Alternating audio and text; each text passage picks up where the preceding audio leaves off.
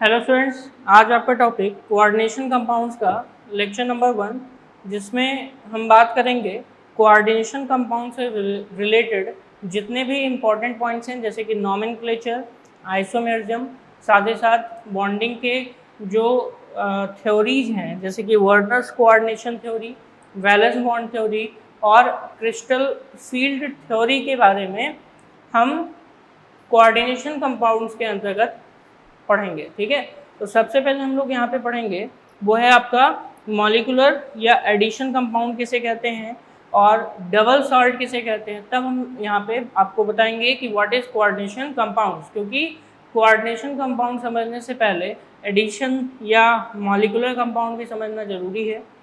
ठीक, और double salts के बारे में भी समझना जरूरी है। तो सबसे पहली बात तो ये समझिए, मॉलिक्यूलर और एडिशन कंपाउंड्स किसे कहते हैं। मॉलिक्यूलर और एडिशन कंपाउंड्स, ध्यान दीजिएगा, मॉलिक्यूलर कंपाउंड्स या एडिशन कंपाउंड्स की अगर डेफिनेशन आपको दी जाए तो कैसे डिफाइन किया जाएगा, चलिए बताते हैं हम आपको। When solution containing 2 or more salts in simple molecular proportions are allowed to evaporate, crystals of new compounds called molecular और एडिशन कंपाउंड सेपरेट आउट। यानी कि जब भी कभी हम दो या दो से ज़्यादा सॉल्ट्स का सॉल्यूशन जो है, इसे हम क्या करते हैं, सिंपल मॉलिक्यूलर प्रोपोर्शन में ले करके एवोपरेट कराते हैं, तो ऐसे समय में जो नए क्रिस्टल बनते हैं इन्हीं को मॉलिक्यूलर या फिर एडिशन कंपाउंड के नाम से जानते हैं। ठीक है, ध्यान रखिएगा। When solutions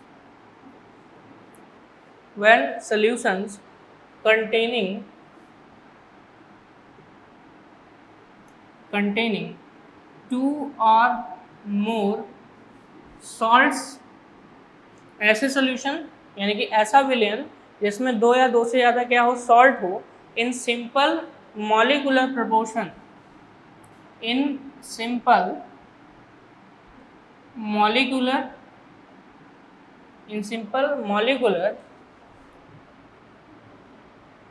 proportions. ठीक है, सिंपल मॉलिक्यूलर प्रोपोर्शंस में क्या हो, सॉल्ट्स, दो या दो से अधिक सॉल्ट से बना हुआ सॉल्यूशन मिक्स किया जाता है, और इसे हम एक तरीके से कह सकते हैं स्टोइकियोमेट्रिक प्रोपोर्शन। इसे हम क्या कहते हैं, स्टोइकियोमेट्रिक। ठीक है, proportions are allowed to evaporate,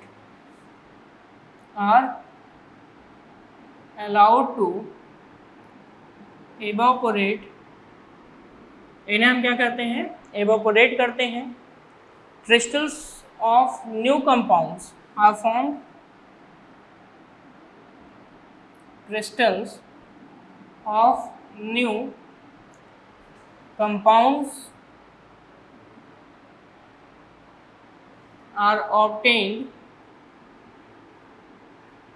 ठीक है, crystals of new compounds are obtained known as molecular और एडिशनल या एडिशन, मॉलिक्यूलर और एडिशन कंपाउंड्स, इन्हें हम क्या कहते हैं, मॉलिक्यूलर या एडिशन कंपाउंड के नाम से जानते हैं। तो जब भी कभी हम दो या दो से ज़्यादा सॉल्ट का बना हुआ सॉल्यूशंस क्या करते हैं, सिंपल प्रोपोर्शंस में लेते हैं, तो ऐसे समय में उनके एवोपोरेशन से जो क्रिस्टल्स बनते हैं इन्हीं को हम क्या कहते हैं, यहाँ पर मॉलिक्यूलर या एडिशन कंपाउंड्स का नाम देते हैं। जनरली मॉलिक्यूलर कंपाउंड्स जो होते हैं ये दो पार्ट में डिवाइडेड है, एक है आपका डबल सॉल्ट और दूसरा है आपका कोऑर्डिनेशन कंपाउंड्स। ये कितने कैटेगरी में बटे हुए हैं, दो कैटेगरी में। ठीक है, ध्यान रखिएगा, एक है डबल सॉल्ट्स और एक है आपका कोऑर्डिनेशन कंपाउंड्स, जिन्हें उपसंयोजक यौगिक के नाम से जानते हैं। और यहाँ पे डबल सॉल्ट को ब्रिक सॉल्ट के नाम से भी जाना जाता है। तो डबल सॉल्ट्स हैं और कोऑर्डिनेशन कंपाउंड्स हैं। डबल सॉल्ट की बात करें तो ऐसे मॉलिक्यूलर कंपाउंड्स जो सिर्फ और सिर्फ क्रिस्टल लैटिस में पाए जाते हैं, exist only in crystal lattice but break down into their constituent compounds when dissolved in water. लेकिन जब भी कभी हम इनको वाटर में डिजॉल्व करते हैं तो अपने कंस्टिट्यूएंट्स में क्या हो जाते हैं, ब्रेक डाउन हो जाते हैं। ठीक है, तो इसे हम क्या कहेंगे, डबल सॉल्ट्स के नाम से जानते हैं। ध्यान रखिएगा, exist only in crystal lattices. Crystal lattices किस में रहता है, क्रिस्टल लैटिसेज में एग्जिस्ट करता है and break down into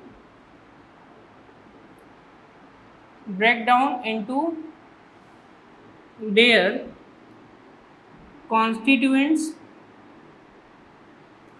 when dissolved in water,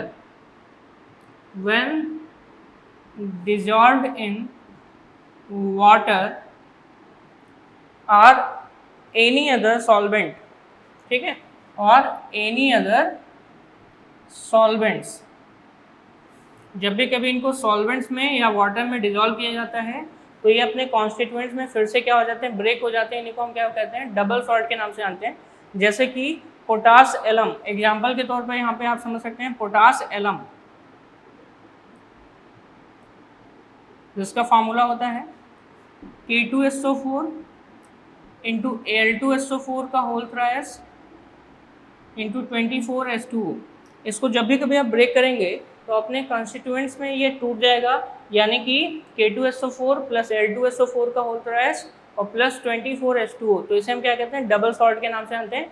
दो डिफरेंट सॉल्ट का क्रिस्टलाइजेशन करने पर डबल सॉल्ट बनता है, वो भी यहाँ पर याद रखना है आपको सिंपल मॉलिक्यूलर प्रोपोर्शन में। सिंपल मॉलिक्यूलर प्रोपोर्शन यानी कि स्टोइकियोमेट्रिक तरीके से जब भी कभी हम दो सॉल्ट को आपस में मिक्स करते हैं और उनका हम क्रिस्टल तैयार करते हैं तो उसी को हम क्या कहते हैं, डबल सॉल्ट कहते हैं। ठीक है, और इनको जब भी कभी हम क्या करते हैं, इनके कंस्टिट्यूएंट कंपाउंड्स में ब्रेक करते हैं तो आसानी से ये सॉल्वेंट में या किसी भी वाटर में या किसी दूसरे सॉल्वेंट में अपने कॉन्स्टिट्यूएंट में ब्रेक डाउन हो जाते हैं। ठीक है, लेकिन अगर हम बात करें कोऑर्डिनेशन कंपाउंड्स की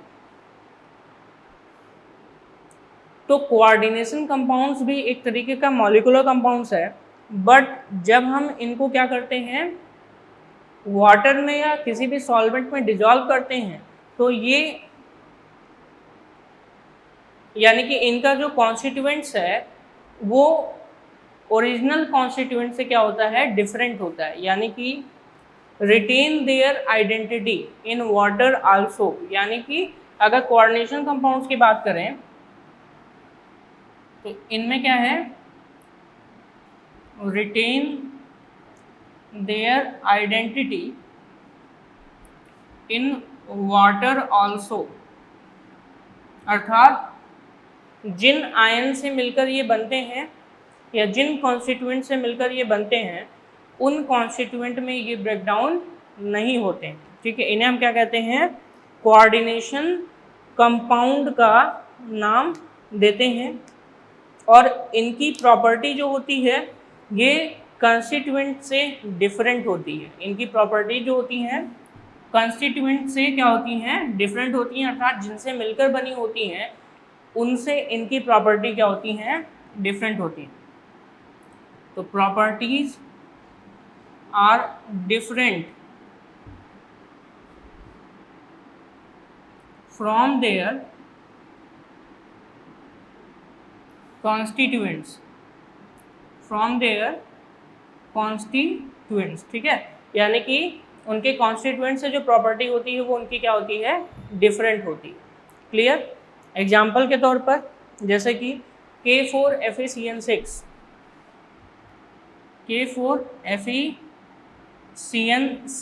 जिसे हम क्या कहते हैं, पोटेशियम फेरोसाइनाइड, क्या कहते हैं, पोटेशियम फेरोसाइनाइड के नाम से जानते हैं। ठीक है, चलिए, ये तो बात हो गई आपके मॉलिक्यूलर एडिशन कंपाउंड्स के अंतर्गत डबल सॉल्ट्स और कोऑर्डिनेशन कंपाउंड्स के बारे में। कोऑर्डिनेशन कंपाउंड्स में कुछ और भी एग्जांपल हैं, जैसे कि कोबाल्ट NH3 6Cl3।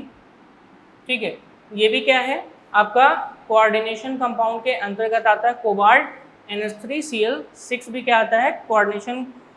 Cl3 भी आपका किसके अंतर्गत आता है, कोऑर्डिनेशन कंपाउंड के अंतर्गत आता है। चलिए नेक्स्ट पॉइंट की तरफ चलते हैं।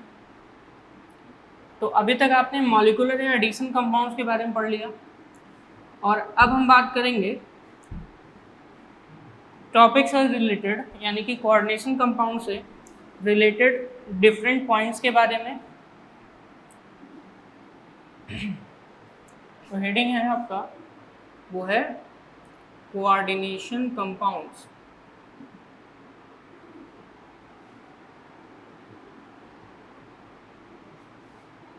कोऑर्डिनेशन कंपाउंड्स,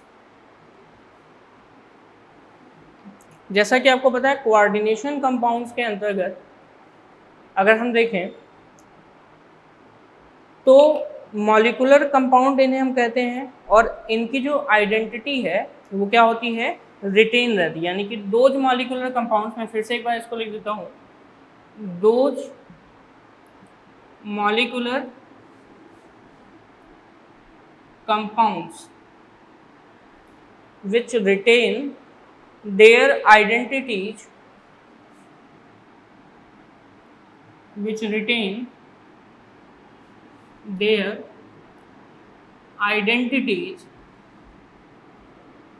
ठीक है, which retains their identities even when dissolved in water, dissolved in water,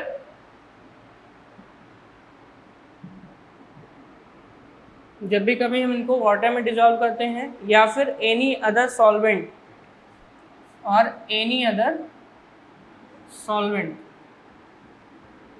तो ये अपनी प्रॉपर्टी को क्या करते हैं, रिटेन करते हैं, यानी कि अपनी प्रॉपर्टी बदलते नहीं हैं। ठीक है, और ऐसे समय में their properties are completely different, ध्यान रखिएगा, एंड देयर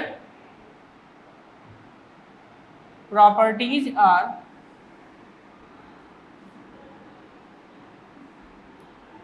completely different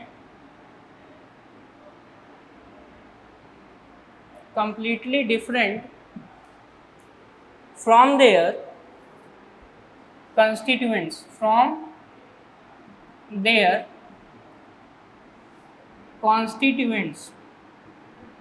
ठीक है, इनकी जो प्रॉपर्टी होती है ये कंप्लीटली क्या होती है, इनके कॉन्स्टिट्यूएंट से क्या होती है, डिफरेंट होती है। एग्जाम्पल मैंने आपको बताया था अभी भी, K4FeCN6, ठीक है, इसी के साथ साथ cobalt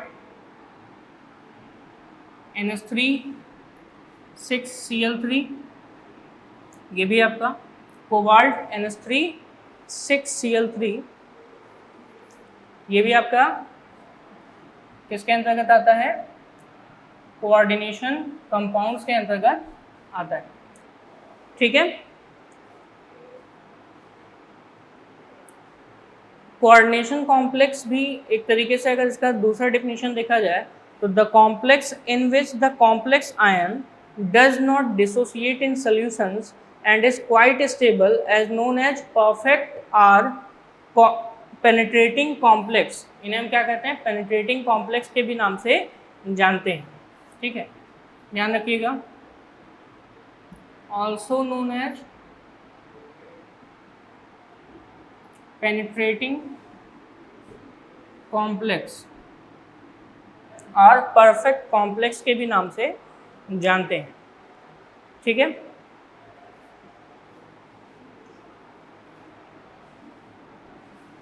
in which complex does not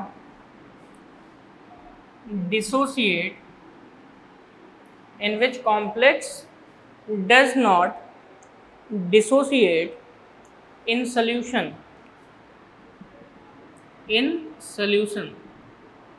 ठीक है।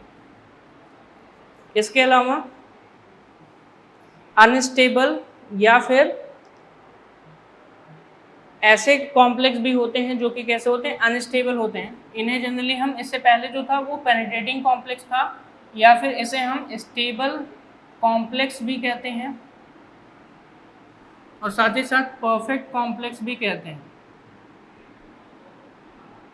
जिनको आयंस में डिसोसिएट नहीं किया जा सकता है। ठीक है।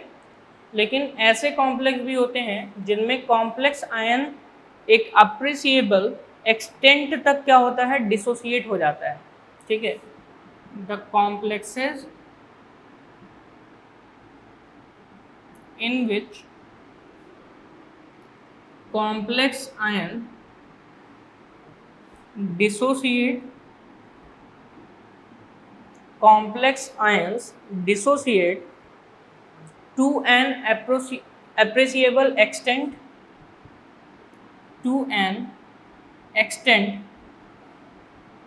in the solution is known as unstable complex. इन्हें हम क्या कहते हैं, अनस्टेबल कॉम्प्लेक्स के नाम से जानते हैं। एग्जाम्पल के तौर पर K2CD CN4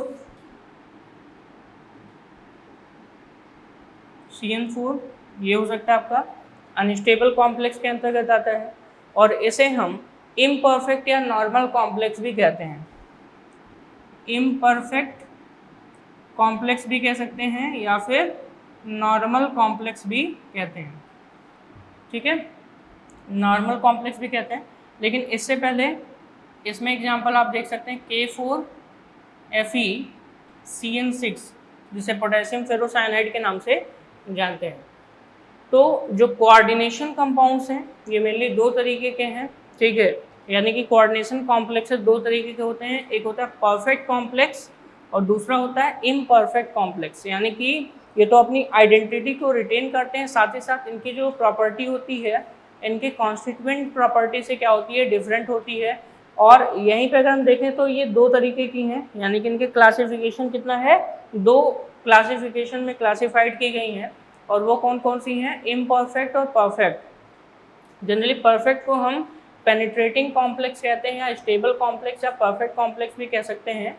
और इसके अंतर्गत अगर हम देखें तो कॉम्प्लेक्स आयन जो हैं वो डिसोसिएट नहीं होते, सोल्यूशन में डिजॉल्व करने पर डिसोसिएट नहीं होते। अगर हम K4FeCN6 का सोल्यूशन बनाएं, एक्वस सोल्यूशन बनाएं, वाटर में इसका हम सोल्यूशन बनाएं, तो जो कॉम्प्लेक्स आयन है वो डिसोसिएट नहीं होगा। मतलब इसमें कॉम्प्लेक्स आयन कितना है, ये पोर्शन जो है FeCN6, इसमें कॉम्प्लेक्स आयन है FeCN6 4-, ये आपका डिसोसिएट नहीं होता है। ठीक है, तो परफेक्ट या स्टेबल कॉम्प्लेक्स कहेंगे। लेकिन अगर कॉम्प्लेक्सेज में जो कॉम्प्लेक्स आयन है वो कुछ हद तक क्या होता है, डिसोसिएट हो जाता है, तो ऐसे समय में उसे हम अनस्टेबल कॉम्प्लेक्स या फिर इम्परफेक्ट या फिर नॉर्मल कॉम्प्लेक्स के भी नाम से जानते हैं। एग्जाम्पल आपके सामने लिखा है K2, और स्फीयर के अंतर्गत, स्क्वायर ब्रैकेट के अंतर्गत CN का 4 यहाँ पे लिखा गया है। ठीक है, चलिए अब कुछ इम्पॉर्टेंट टर्म्स हैं जो कि कोऑर्डिनेशन कंपाउंड्स में क्या किए जाते हैं, यूज किए जाते हैं, और इन टर्म्स को हम यहाँ पे समझेंगे। बिना इनके कोऑर्डिनेशन कंपाउंड्स को पढ़ना बिल्कुल भी ना भी समझने के बराबर होगा। तो सबसे पहले हम यहाँ पे कोऑर्डिनेशन कंपाउंड्स के अंतर्गत यूज किए जाने वाले कुछ टर्म्स को भी हम लोग यहाँ पे समझेंगे। वो टर्म्स क्या हैं, इनका मतलब क्या है, तो चलिए हम लोग लिखते हैं सबसे पहले terms used in coordination compounds.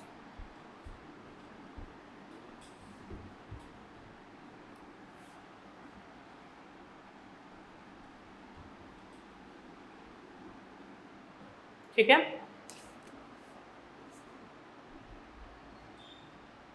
Terms used in coordination chemistry, जिनमें से सबसे पहला टर्म हम लोग पढ़ेंगे और वो है आपका सेंट्रल मेटल एटम और आयन। सेंट्रल मेटल एटम और आयन, ध्यान रखिए। सबसे पहला सेंट्रल मेटल एटम या फिर आयन किसे कहते हैं? तो कोऑर्डिनेशन कंपाउंड में अगर हम देखें तो मेटल एटम या जो आयंस होते हैं, to which certain atoms or group of atoms are permanently attached is known as metal atom और आयन इन्हें कहते हैं, या फिर हमने सेंट्रल मेटल या फिर आयन के नाम से जानते हैं। ध्यान से देखिएगा, जैसे कि मेरे पास है यहाँ पे K4FeCN6, तो इसमें आयरन से लिगैंड के तौर पर साइनाइड यहाँ पे जुड़ा हुआ है। तो जो आयरन है ये आपका सेंट्रल मेटल आयन के फॉर्म में यहाँ पे होगा, यानी कि इसे हम क्या कहेंगे? सेंट्रल मेटल आयन का नाम देते हैं। तो ऐसा मेटल एटम या आयन जो कि परमानेंटली कुछ एटम से या फिर ग्रुप ऑफ एटम से जुड़ा हुआ होता है, तो उसे हम क्या कहते हैं? सेंट्रल मेटल एटम और आयन का नाम देते हैं। द मेटल एटम और ion which attached permanently with certain atoms or group of atoms, इसी को हम क्या कहते हैं? सेंट्रल मेटल एटम या फिर आयन का नाम देते हैं। यहाँ पर अगर आप देखेंगे तो आयरन जो है ये सेंट्रल मेटल आयन का काम करता है। किस फॉर्म में? Fe2+ के फॉर्म में है, यानी कि फेरस के फॉर्म में यहाँ पे है। ऐसे ही मान लेते हैं हमारे पास K3FeCN6 है, ठीक है। पोटेशियम फेरीसाइनाइड इसे कहते हैं, और ये आपका है पोटेशियम फेरोसाइनाइड, ठीक है। ये पोटेशियम फेरोसाइनाइड और ये पोटेशियम फेरीसाइनाइड है। यहाँ पे आयरन पर ऑक्सीडेशन स्टेट 2+2 है, लेकिन यहाँ पे जब आप देखेंगे तो आयरन पर ऑक्सीडेशन स्टेट कितना होगा? 3+, यानी कि +3 के फॉर्म में होगा। और यहाँ Fe3+ जो है वो सेंट्रल मेटल आयन का काम करेगा। और साथ ही साथ ये जनरली क्या करते हैं? लुईस एसिड की तरह बिहेव करते हैं, ठीक है। ध्यान रखिएगा, सेंट्रल मेटल एटम्स या आयन जो होते हैं acts as a Lewis acid, ये लुईस एसिड की तरह क्या करते हैं? काम करते हैं, ठीक है। और किसी लुईस बेस के द्वारा इलेक्ट्रॉन्स को एक्सेप्ट करते हैं। जैसे कि यहाँ पर CN6 है, तो ये जो साइनाइड है यहाँ पे लुईस बेस का काम करेगा, जो कि इन लुईस एसिड को इलेक्ट्रॉन्स लोन पेयर के रूप में क्या करता है? डोनेट करता है। लोन पेयर के रूप में क्या करेगा? डोनेट करता है, ठीक है। नेक्स्ट है आपका वो है लिगैंड्स। अगला है लिगैंड्स।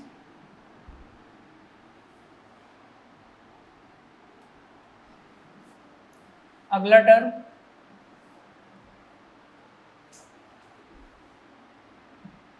Number 2 ligands. लिगैंड्स की अगर हम बात करें तो a ligand is a species that is capable of donating an electron pair। Ligand एक ऐसा स्पीसीज है जो कि इलेक्ट्रॉन पेयर को डोनेट करने की टेंडेंसी रखता है। या तो इलेक्ट्रॉन पेयर सिंगल हो सकता है या फिर सिंगल इलेक्ट्रॉन पेयर से ज़्यादा भी क्या कर सकता है? डोनेट कर सकता है, ठीक है।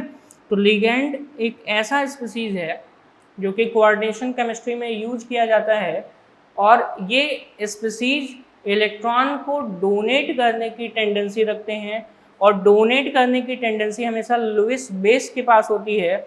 और इसीलिए जो लिगैंड्स होते हैं वो जनरली लुईस बेस का काम करते हैं, क्योंकि इलेक्ट्रॉन पेयर्स को ये डोनेट करते हैं, ठीक है। ध्यान रखिएगा। कैपेबल, जनरली क्या होते हैं, capable of donating an electron pair, capable of donating an electron pair, एक इलेक्ट्रॉन पेयर हो या एक से ज़्यादा भी हो सकता है, तो capable of donating an electron pair to central metal और metal ion, to central metal और मेटल आयंस, ठीक है, सेंट्रल मेटल को या फिर मेटल आयंस को क्या करते हैं, इलेक्ट्रॉन पेयर डोनेट करने की इनमें क्या होती है, टेंडेंसी होती है। जनरली लुईस बेस की तरह काम करते हैं, आपने लुईस बेस के बारे में पढ़ा होगा, जिनके पास इलेक्ट्रॉन डोनेट करने की टेंडेंसी पाई जाती है उन्हें हम लुईस बेस के नाम से जानते हैं, या फिर इलेक्ट्रॉन पेयर डोनर को लुईस बेस कहा जाता है। और यहीं पे इलेक्ट्रॉन अगर डिफिशिएंट है तो उनमें एक्सेप्ट करने की टेंडेंसी होती है, जिन्हें लुईस एसिड कहते हैं। तो मेटल एटम या आयंस इलेक्ट्रॉन को एक्सेप्ट करते हैं, इसलिए उनको हम लुईस एसिड बोलते हैं। और जो लिगेंड्स हैं इन्हें लुईस बेस कहा जाता है।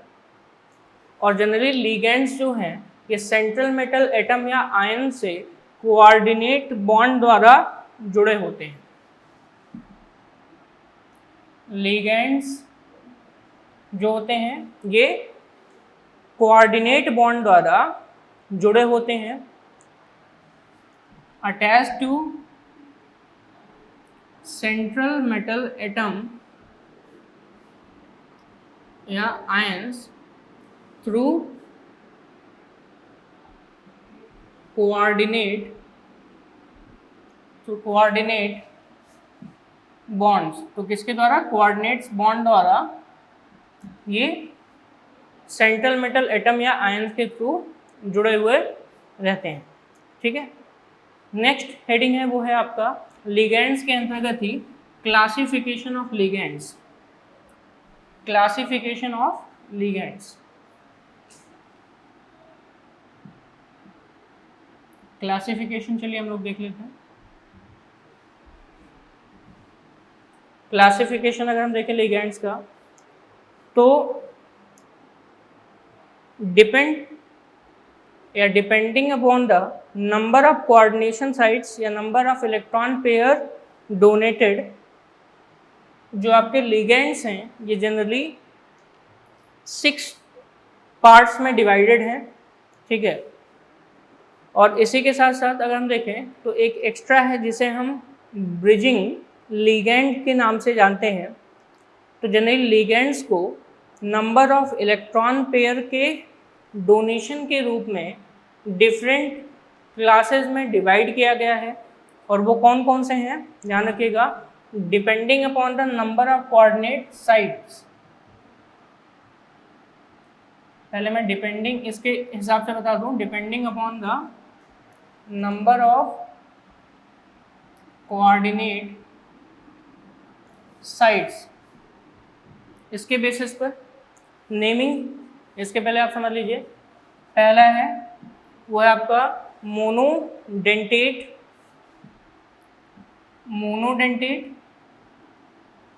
दूसरा बाइडेंटेट, ट्राइडेंटेट, टेट्राडेंटेट,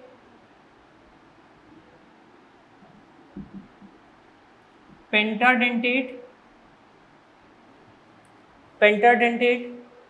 हेक्साडेंटेट,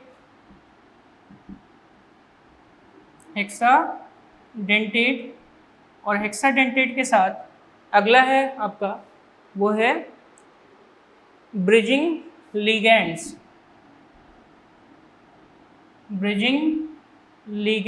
ठीक है। तो ये किसके बेसिस पर है, depending upon the number of coordinate sites के बेसिस पर। तो मोनोडेंटेट के अगर एग्जांपल्स हम देखें तो इसमें सबसे पहली बात तो ये समझना है कि मोनोडेंटेट लिगेंड किन्हें कहते हैं। तो ये जनरली 1 इलेक्ट्रॉन पेयर को डोनेट करते हैं, मोनो का मतलब सिंगल, तो ये क्या करते हैं, डोनेट 1 इलेक्ट्रॉन पेयर, ये क्या करते हैं, सिर्फ और सिर्फ एक इलेक्ट्रॉन पेयर को डोनेट करते हैं। यहीं पे अगर हम बाइडेंडेट की बात करें तो ये कितने डोनर एटम इसमें पाए जाते हैं? 2 डोनर एटम पाए जाते हैं, 2 डोनर एटम्स होते हैं।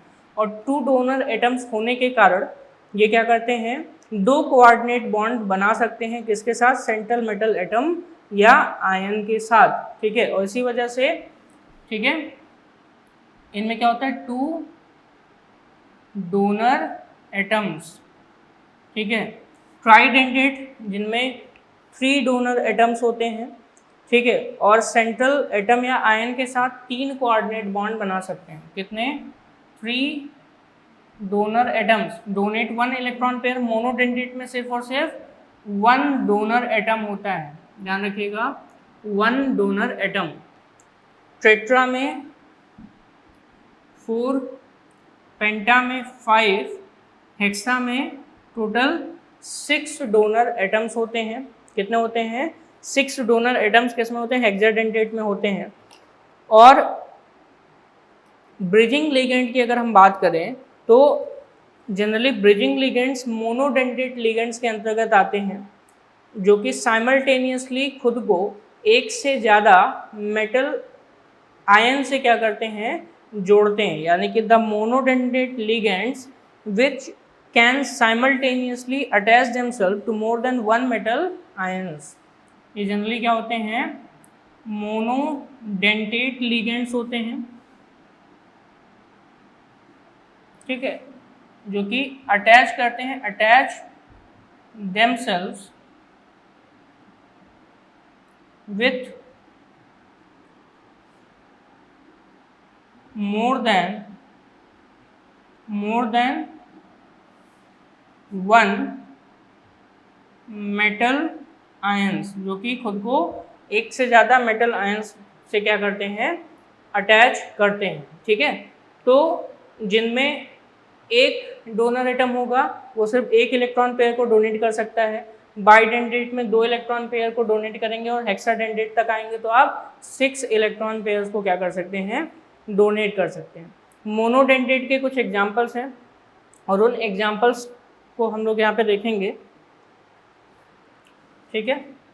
मोनोडेंडेट के एग्जाम्पल्स, साथ ही साथ हर एक का एग्जाम्पल अब हम यहाँ पे देखेंगे।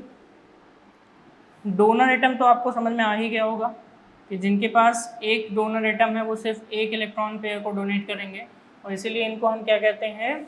लुईस बेस भी कहते हैं। मोनोडेंडेट के अंतर्गत एग्जाम्पल्स हैं आपके, वो है अमोनिया NH3 जिसे कहते हैं, ठीक है, PS3 NH3 PS3, H2O CN- water हो गया, CN-, जिसे हम क्या कहते हैं? साइनाइड आयन के नाम से जानते हैं। N3- OH-, N3- OH-, ठीक है, N3- OH-, NO2-, NO2-, ठीक है, NO2-, साथ ही साथ CO यानी कि कार्बन मोनोऑक्साइड एटसेट्रा, ये सभी के सभी आपके क्या है? मोनोडेंटेट लिगेंड्स होते हैं। बाइडेंटेट लिगेंड्स में 2 डोनर एटम होते हैं, जैसे कि ऑक्जिलेट आयन, इसके अंतर्गत ऑक्जिलेट आयन, ठीक है। ऑक्जिलेट आयन के अलावा एथिलीन डाइएमीन, एथिलीन डाइएमीन, या जिसे EN के नाम से भी जानते हैं, एथिलीन डाइएमीन या EN भी कहते हैं। ऑक्जिलेट आयन को जनरली OX के नाम से भी लिखा जाता है, ठीक है, शॉर्टकट में OX भी लिख सकते हैं। जैसे कि मान लेते हैं लिगेंड के रूप में 2 ऑक्जिलेट आयन लगे तो OX ब्रैकेट लगा करके नीचे 2 लिखा जाता है, ठीक है। और साथ ही साथ डाईमेथिल ग्लाइऑक्सीमेट, ठीक है, डाईमेथिल ग्लाइऑक्सीमेटो, डाईमेथिल ग्लाइऑक्सीमेटो, ये भी आपका है, जिसे DMG के नाम से भी जानते हैं, DMG के नाम से जानते हैं। तो ऑक्जिलेट आयन एथिलीन डायमीन या फिर डाईमिथाइल ग्लाइऑक्सीमेटो या फिर DMG के नाम से जानते हैं। ऑक्जिलेट आयन का फॉर्मूला है वो इस तरीके से, डबल बॉन्ड O और इस पर कितना है टोटल 2 माइनस होता है, ये ऑक्जिलेट आयन है। साथ ही साथ एथिलीन डायमीन, तो एथिलीन डायमीन यानी कि CH2NH2 सिंगल बॉन्ड CH2NH2, ठीक है, ये आपका क्या हो गया एथिलीन डायमीन का फॉर्मूला है, ठीक है। और इसी के साथ साथ डाईमिथाइल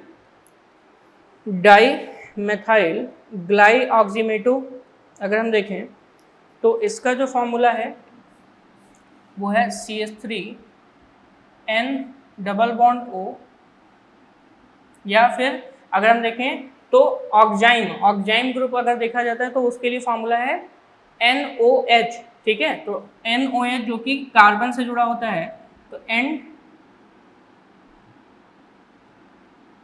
NOH, ये आपका हुआ एक पोर्शन।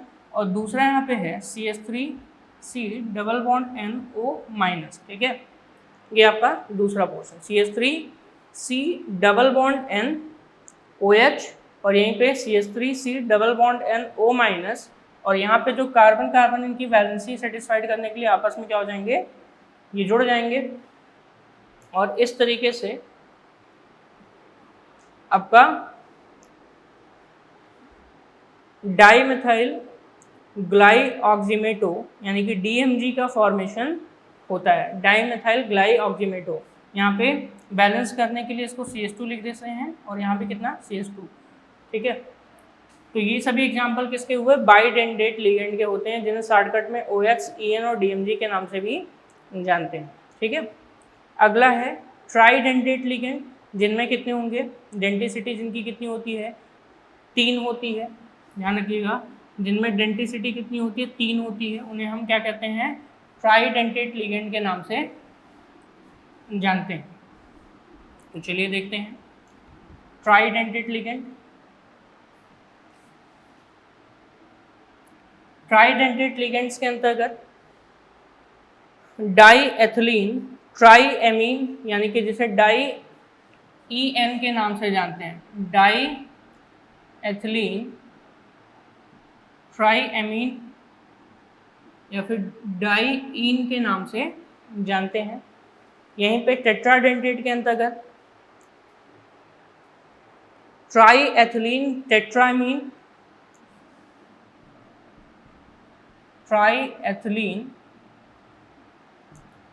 टेट्रामीन या ट्राईएन के नाम से जानते हैं।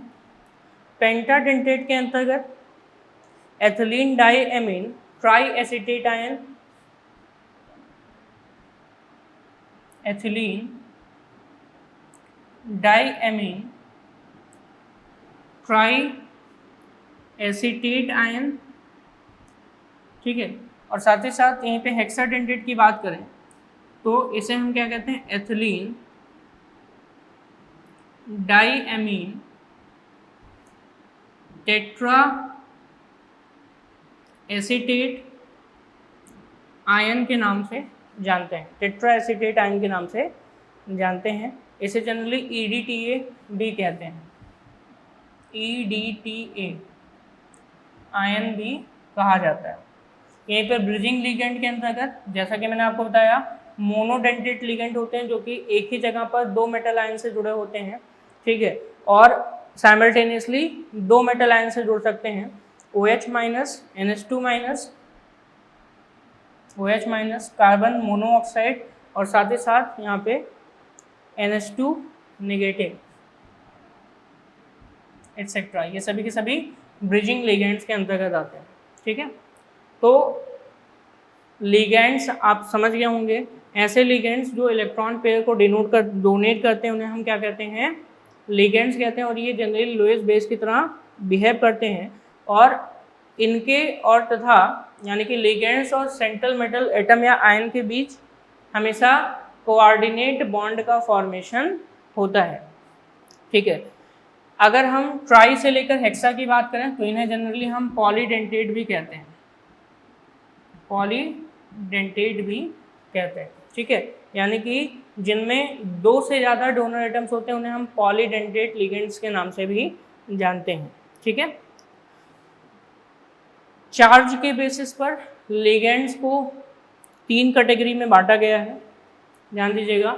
क्लासिफिकेशन अब हम बात कर रहे हैं on the basis of charge, ठीक है। अभी तक आपने depending upon the number of coordinate sites देखा है।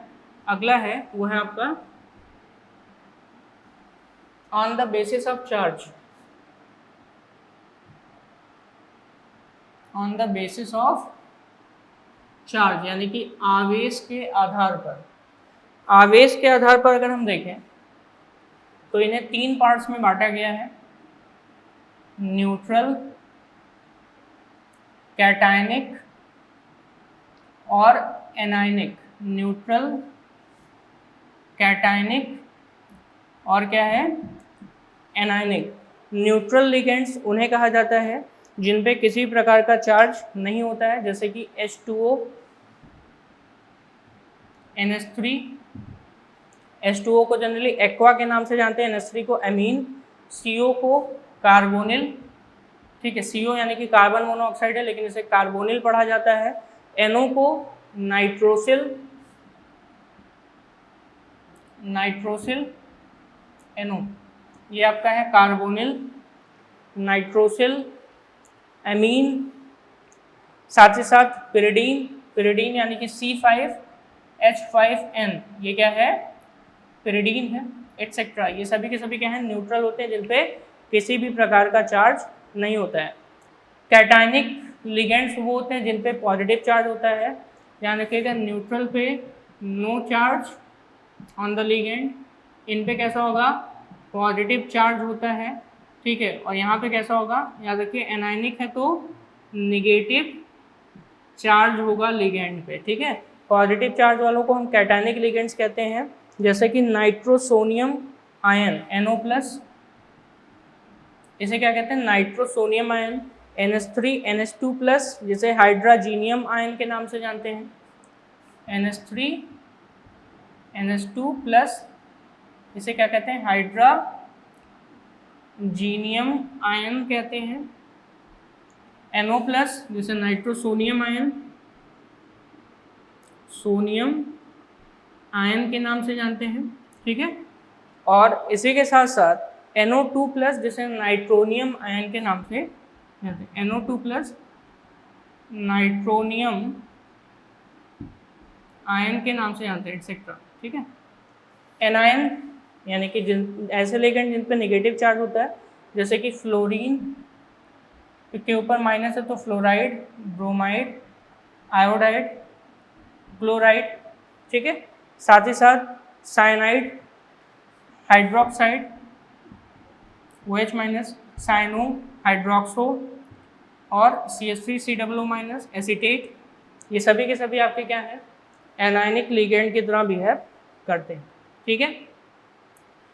इसके आगे का टॉपिक हम आपको कोऑर्डिनेशन कंपाउंड से रिलेटेड जो आगे के टॉपिक्स हैं, जैसे कि चिलेशन क्या है, ठीक है, एम्बीडेंटेट लिगेंड्स क्या हैं, और साथ ही साथ कॉम्प्लेक्स आयन के अंतर्गत कोऑर्डिनेशन एंटाइटी किसे कहते हैं, ठीक है, कोऑर्डिनेशन नंबर किसे कहते हैं, ये सारी चीज़ें हम आपको नेक्स्ट वीडियो में बताएंगे। Thank you so much.